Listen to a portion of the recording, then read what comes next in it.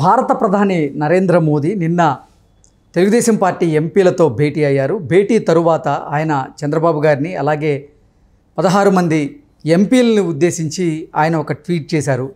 ఆంధ్రప్రదేశ్ అభివృద్ధి పదంలో నడవాలి అంటే చంద్రబాబు గారి నాయకత్వంలోనే సాధ్యమని, ఆంధ్రప్రదేశ్ అభివృద్ధికి మేము కట్టుబడి ఉన్నాం, అన్ని రకాలుగా సహాయ సహకారాలు అందించబోతున్నాం అంటూ ప్రధాని మోదీ గారు ట్వీట్ చేసినటువంటి నేపథ్యంలో ఇక ఆంధ్రప్రదేశ్ అభివృద్ధి పరుగులు పెట్టబోతోంది అంటూ కొన్ని రకాల వార్తలు వస్తున్నాయి. అందులో భాగంగానే కర్ణాటక చెందినటువంటి కొంతమంది బడా పారిశ్రామికవేత్తలు కూడా ఆంధ్రప్రదేశ్లో అమరావతిలో పెట్టుబడులు పెట్టబోతున్నారు అనే వార్తలు ఇప్పుడు సోషల్ మీడియా వేదికగా చక్కర్లు కొడుతున్న నేపథ్యంలో ఈ అంశాల మీద మనం విశ్లేషణ చేసుకునేటువంటి ప్రయత్నం చేద్దాం. ప్రస్తుతం మనతో పాటు ఉన్నారు ప్రముఖ సీనియర్ జర్నలిస్ట్, ప్రముఖ రాజకీయ విశ్లేషకులు డివిఎస్ గారు. సార్తో మాట్లాడదాం. సార్ నమస్తే. సార్ నమస్తే. సార్, నిన్న టీడీపీ ఎంపీలతో ప్రధాని మోదీ భేటీ అయ్యారు. భేటీ తర్వాత చంద్రబాబు గారి నాయకత్వాన్ని ఉద్దేశించి మోదీ గారు ఒక ట్వీట్ చేయడం జరిగింది. అసలు ఆంధ్రప్రదేశ్ అభివృద్ధి పదంలో నడవాలంటే చంద్రబాబు గారి నాయకత్వంలోనే సాధ్యమని, చంద్రబాబు గారికి మేము అన్ని రకాలుగా సహాయ సహకారాలు అందిస్తాము, ఆంధ్రప్రదేశ్ అభివృద్ధికి కట్టుబడి ఉన్నాం అంటూ చెప్తూ ఉన్న నేపథ్యంలో ఇక ఆంధ్రప్రదేశ్ పరుగులు పెట్టబోతుంది అభివృద్ధిలో అంటూ కొన్ని వార్తలు వస్తున్నాయి. దానికి అనుగుణంగానే కర్ణాటక చెందినటువంటి కొంతమంది బడా పారిశ్రామికవేత్తలు కూడా ఆంధ్రప్రదేశ్లో భారీగా పెట్టుబడులు పెట్టబోతున్నారు అంటూ వార్తలు వస్తూ ఉన్నాయి. వీటి మీద మీ విశ్లేషణ ఏంటి సార్? మోడీ బాబు జోడీ మళ్ళా ఆంధ్రప్రదేశ్, మళ్ళా భారతదేశం నీకు ఇన్వెస్ట్మెంట్స్ డెస్టినేషన్స్ కాబోతున్నాయా? పెట్టుబడుల గమ్యస్థానంగా భారతదేశం, మళ్ళా ఆంధ్రప్రదేశ్ మనం చూసాం. 2014-19 మధ్య అప్పుడు మోడీ ప్రధానిగా, ఇక్కడ చంద్రబాబు ముఖ్యమంత్రిగా మొదటి 3.5 ఏళ్ళు ఎంత పెద్ద ఎత్తున అభివృద్ధి జరిగిందో మనం చూసాం. ఎందుకంటే కాలికి బలపం కట్టుకుని తిరిగినట్లుగా మోడీ విదేశాల్లో పర్యటనలు చేసినప్పుడల్లా ఆయన వెళ్ళిన దేశానికి చంద్రబాబు వెళ్ళేవాడు. అవును. అక్కడి నుంచి పారిశ్రామికవేత్తలతో భేటీలు, పెట్టుబడులు రాబట్టడం. ఇప్పుడు కూడా మళ్ళా మోడీ బాబు మధ్య ఒక రేస్ నడుస్తోందా? ఎందుకంటే బీజేపీతో పొత్తు దరిమిల ఇది ఎన్డీఏ ప్రభుత్వం, అటు కేంద్రంలో కానీ ఇటు రాష్ట్రంలో కానీ, అక్కడ మోడీ ప్రధానిగా, ఇక్కడ చంద్రబాబు ముఖ్యమంత్రిగా. నీకు కేంద్రంలో ఉన్నటువంటి ఎన్డీఏ ప్రభుత్వం తెలుగుదేశం బలం మీద ఆధారపడి ఉన్నది. ఇంట్లో టీడీపీ ఎంపీలే ఇవాళ ప్రధాని మోడీకి కుడి భుజంగా మారిన పరిస్థితిలో ఇప్పుడు ఆంధ్రప్రదేశ్ అభివృద్ధి ఇవాళ మోడీకి ప్రధాన బాధ్యతగా మారింది. అదేవిధంగా కేంద్రంలో మోడీ ప్రభుత్వాన్ని బలోపేతం చేయడం చంద్రబాబు కర్తవ్యంగా మారిందన్నమాట. మనం చూసాం ప్రధాని మోడీ ప్రమాణ స్వీకారానికి చంద్రబాబు వెళ్ళడం, ఎన్డీఏ పక్షాల భేటీ, ఆయన అభ్యర్థిత్వాన్ని ఈయనే ప్రతిపాదించడం, నితీష్ కుమార్, మిగతా బీజేపీ నాయకులు అందరూ బలపరచడం. అట్లాగే చంద్రబాబు ముఖ్యమంత్రిగా ప్రమాణ స్వీకారానికి మోడీ రావడం. నెక్స్ట్ ఇప్పుడు స్పీకర్ ఎన్నిక, ఏ విధంగా బీజేపీ ఎన్డీఏ పక్షాలు స్పీకర్ ఎన్నికని మరి ఓం బిర్లా గెలుపుకు సహకరించారో, వెరీ నెక్స్ట్ డే టీడీపీ ఎంపీలు 16 మందితో ప్రధాని భేటీ. ఇది రామ్మోహన్ నాయుడు, తర్వాత పెమ్మసాని కేంద్ర మంత్రులుగా అక్కడ ఉన్న దీంట్లో మిగతా 14 మంది ఎంపీలతో కలిసి ప్రధాని మరి కలిసి భోంచేయడం, కుశల ప్రశ్నలు, ఎంపీలుగా పార్లమెంట్లో ఎలా మెలగాలి, రాష్ట్ర ప్రయోజనాల కోసం ఎలా పనిచేయాలంటూ ఆయన అనుభవాన్ని వీళ్లతో పంచుకున్న దీంట్లో ఈ ట్వీట్ ఒకటి చేశారు. ఏమని? ఇప్పుడు మీరు చెప్పింది, తెలుగుదేశం బీజేపీ కలిసి నడుస్తూ అటు దేశాన్ని ఇటు ఆంధ్రప్రదేశ్ అభివృద్ధిలో భాగస్వాములు కావడం, చంద్రబాబు నాయకత్వంలో ఇటు ఆంధ్రప్రదేశ్ అటు భారతదేశం కూడా ప్రగతి బాటలో పయనిస్తాయన్న ఆశాభావాన్ని మోడీ వ్యక్తం చేయటం. అంటే ఇవి జోడెడ్లుగా మారాయి. ఏది? అభివృద్ధి పదానికి అటు ప్రధాని, ఇటు ముఖ్యమంత్రి మోడీ, చంద్రబాబు ఇవాళ జోడెద్దులుగా మారిన పరిస్థితుల్లో మరి ఆంధ్రప్రదేశ్ అభివృద్ధిని ఎంత మేర పరుగులు దించుతారో ఈ 5 ఏళ్లలో మనకి తెలుస్తుంది. మనం చూసాం ఏది గత హయాంలో మోడీ ప్రభుత్వంలో ఆయన కొరియా వెళ్ళిన వెంటనే ఈయన కొరియా వెళ్ళాడు. ఎవరు? చంద్రబాబు. అవును. అక్కడ కియా పరిశ్రమ అది గుజరాత్ చూసింది, తమిళనాడు చూసింది, మధ్యప్రదేశ్ చూసింది. అనేక రాష్ట్రాలు కియా పరిశ్రమ తేవడం కోసం పోటీ పడ్డాయి. వాళ్ళందరూ ఇచ్చిన దానికన్నా కూడా తాను ఎక్కువ ప్రోత్సాహకాలు ఇస్తానన్నాడు. అసలు తమిళనాడులో అయితే అక్కడ ప్రభుత్వం ఏదో కొంత అడిగిందని కియా వాళ్ళు దాంతో కొంత మనస్తాపానికి గురయ్యారని మనం చూసాం. రామస్వామి ఆయన ఇచ్చినటువంటి పెరియార్ కామెంట్ కూడా చూసాం. ఏ విధంగా తమిళనాడు కోల్పోయింది, ఏ విధంగా చంద్రబాబు కియాని ఆంధ్రప్రదేశ్కి రప్పించింది అనేది ఇవాళ పారిశ్రామికవేత్తలు అప్పట్లో చర్చించుకునే అంశం. అదే కాదు, జపాన్ పర్యటించాడు చంద్రబాబు. వెంటనే అక్కడి నుంచి హీరో మోటార్ కార్స్ తీసుకొచ్చారు. ఎక్కడికి? తిరుపతిలో. మొబైల్ మ్యానుఫ్యాక్చరింగ్ హబ్గా ఆంధ్రప్రదేశ్ మారిందంటే అప్పటి ప్రధాని మోడీ యొక్క సహకారం, ఇక్కడ ఆంధ్రప్రదేశ్ ముఖ్యమంత్రిగా చంద్రబాబు చొరవ. ఏంటి? 10 మొబైల్ తయారైతే దేశంలో 5 మొబైల్స్ ఆంధ్రప్రదేశ్లోనే. అంటే దేశంలో తయారయ్యే సగం మొబైల్ ఫోన్స్ మరి ఆంధ్రప్రదేశ్ అంటే అటు ఫాక్స్కాన్, ఇటు సెల్కాన్, ఇటు డిక్సన్, పెద్ద ఎత్తున అక్కడ ఎంప్లాయ్మెంట్. ఎక్కడ?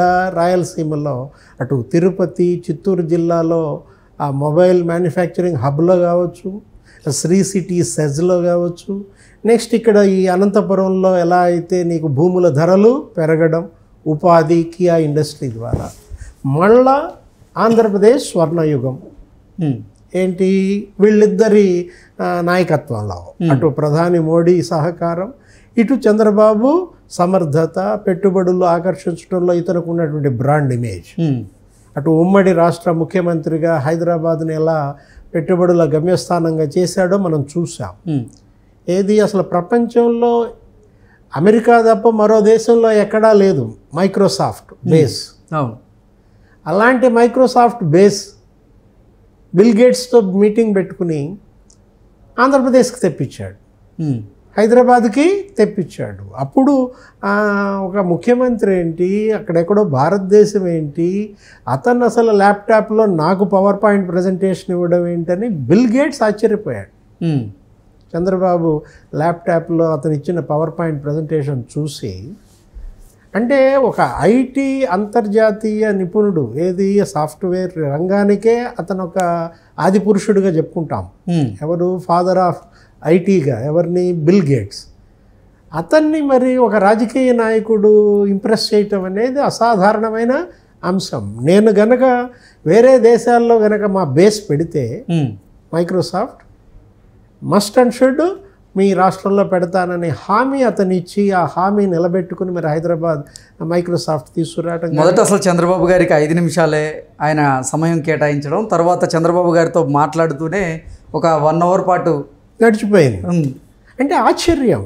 అతను ఒక పొలిటీషియన్, అతనికేంటి కంప్యూటర్ ఏంటి, ల్యాప్టాప్ ఏంటి, అసలు అతను నాకు పాఠాలు నేర్పుతున్నాడు ఏంటి అన్నట్టుగా ఆశ్చర్యపోయాడు అనమాట. ఎవరు? Bill gates. అదే కాదు, ISB, Indian school of business, దానికోసం నీకు 5 రాష్ట్రాలు పోటీ పడ్డాయి.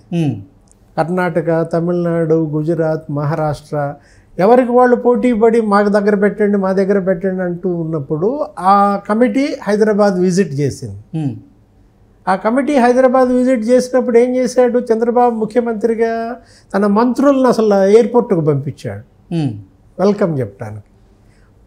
ఒక పారిశ్రామికవేత్తల కమిటీ ఐఎస్బి ఏర్పాటు కోసం హైదరాబాద్ వస్తే మంత్రులు వెళ్ళి రిసీవ్ చేసుకోవటం, వాళ్ళు గుమ్మైపోయారు. వెంటనే వాళ్ళు సీఎం ఇంటికి తీసుకెళ్ళిపోయారు. సీఎం చంద్రబాబే వాళ్ళకి స్వయంగా టిఫిన్ వడ్డించాడు, బ్రేక్ఫాస్ట్. అసలు ఆయన లేచి మాకు వడ్డించడం ఏంటనేది ఈ పారిశ్రామికవేత్తలు ఆశ్చర్యం. ఇంకా వాళ్ళు ఏది అడిగితే అది ఇచ్చాడు. అటు ల్యాండ్ కానీ, ఇటు ఈ ట్యాక్స్ ఎగ్జంప్షన్స్ కానీ, అలాంటి పరిస్థితులు. అంటే ఫ్రెండ్లీ బిజినెస్ గవర్నమెంట్ అన్నమాట. ఇండస్ట్రియలిస్టులకి ప్రభుత్వం ఎంత సహకారం, స్నేహ సౌహార్ద సంబంధాలు ఎలా ఉంటాయనే దాంట్లో కొత్త పుంతలు తొక్కించాడు చంద్రబాబు.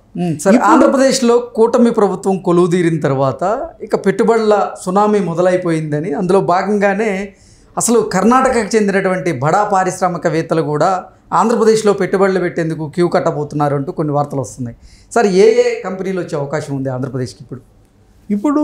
నిన్న ఆయన కుప్పం పర్యటన నుంచి వస్తూ బెంగళూరులో ఆ సెంచురీ కంపెనీ ప్రతినిధులు ఆయన ఎయిర్పోర్ట్లో కలవడం, కర్ణాటక ఇండస్ట్రియలిస్టులు వాళ్ళు కూడా ఆంధ్రప్రదేశ్లో పెట్టుబడులకి వాళ్ళు మరి సుముఖత చూపిన నేపథ్యంలో, ఎందుకంటే మారింది. ఇక్కడ ఇప్పుడు ముఖ్యమంత్రి జగన్మోహన్ రెడ్డి కాదు, చంద్రబాబు ముఖ్యమంత్రి. ఇక్కడ బెదిరింపులు ఉండవు, కంపెనీల్లో వాటాల కోసం డిమాండ్లు ఉండవు, లేదు ఇక్కడి నుంచి పారిపోయే అవకాశం ఉండదు. మనం చూసాం జగన్మోహన్ రెడ్డి హయాంలో నీకు అమర్ రాజా బ్యాటరీస్నే తరిమేశారు. గల్లా రామచంద్ర నాయుడు ఆయన ఎన్ఆర్ఐ అమెరికా నుంచి ఇక్కడికి వచ్చి తను పుట్టిన ప్రాంతంలో ఉపాధి కల్పించడం కోసం ఆయన సొంత సంపాదనతో అమర్ రాజా బ్యాటరీస్ పెడితే దాన్ని తరిమేశారు గల్లా జయదేవ్ మీద కోపంతో. ఇంకా సజ్జలు ఏమన్నాడు, అది అసలు పొల్యూషను, మేమే బొమ్మన్నామని చెప్తాడు.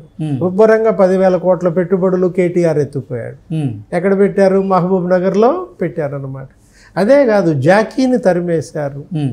ఎక్కడి నుంచి? అతోపుదుర్తి ప్రకాష్ రెడ్డి వాడేదో 40 కోట్లు ఏదో డిమాండ్ చేస్తే వాళ్ళు కాస్త అప్పుడనే అక్కడ రాఫ్తాడ్ నుంచి తెచ్చి ములుగులో పెట్టుకున్నారు. నీకు అన్నీ వెళ్ళిపోయాయి. ఫ్రాంక్లిన్ టెంపుల్టన్, అది ఫార్చ్యూన్ 500 కంపెనీ విశాఖపట్నంలో, దాన్ని తరిమేశారు. అక్కడ స్టార్టప్స్ విలేజ్ని మూసేశారు. హెచ్ఏసిఎల్ ఇవన్నీ కూడా తరిమేసిన పరిస్థితుల్లో వీళ్ళంతా మళ్ళీ చంద్రబాబు ముఖ్యమంత్రి కాగానే మళ్ళీ ఏపీ వైపు చూస్తున్నారు. ఇక్కడ ఐటీ మినిస్టర్గా మళ్ళా మానవ వనరుల అభివృద్ధి శాఖ ఎవరు, రియల్ టైం గవర్నెన్స్ లోకేష్ చేపట్టడం, లోకేష్కి వాళ్ళతో ఉన్నటువంటి సంబంధాలు కార్పొరేట్ సెక్టార్తో. ఇప్పుడు ఏంటి, ఇక మళ్ళీ ఆంధ్రప్రదేశ్ ఇంకోసారి మళ్ళీ ఫ్లవరిష్ అవుతారు.